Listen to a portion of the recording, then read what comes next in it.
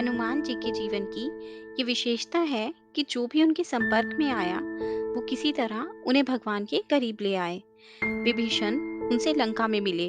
वो उनकी संगति और बातचीत से इतने प्रभावित हुए कि उन्होंने रावण की पूरी सभा में हनुमान जी का पक्ष लिया और अंत में रावण को छोड़कर राम की शरण में आ गए।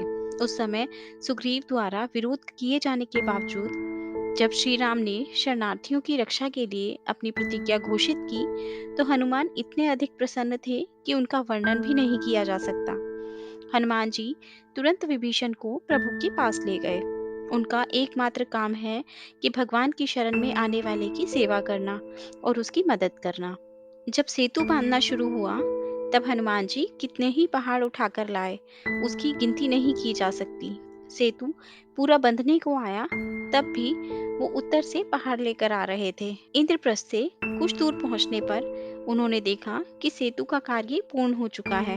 उन्होंने सोचा, अब इस पहाड़ को ले जाने का क्या मतलब है। उन्होंने वहीं पहाड़ रख दिया, लेकिन वो पहाड़ कोई साधारण पहाड़ नहीं था। उसकी आत्मा प्रकट हुई और उसने हनुमान जी से कहा, भक्तराज, मैंने ऐसा क्या अपराध किया है? तुम्हारे चरणों का स्पर्श पाकर भी मुझे ईश्वर की सेवा से वंचित किया जा रहा है। मुझे यहाँ मत छोड़ो, मुझे वहाँ ले जाओ और मुझे भगवान के चरणों में रख दो।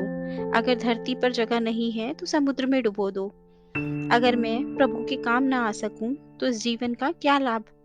हनुमान जी ने कहा, गिरिराज, आप वास्तव में गिरिराज हैं। आपकी इस अटूट भक्ति को देखकर मैं आपको ले जाना चाहता हूँ, लेकिन भगवान ने घोषित किया है कि अब कोई भी पहाड़ नहीं लाएगा। मैं चिंतित हूँ, लेकिन मैं तुम्हारे लिए भगवान से प्रार्थना करूंगा। जैसा ही वो आदेश देते हैं, मैं आपको जल्द बताऊंगा।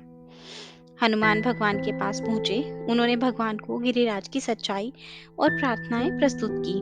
प्रभु ने कहा, हनुमान, गोवर्धन पर्वत मेरा सबसे प्रिय है।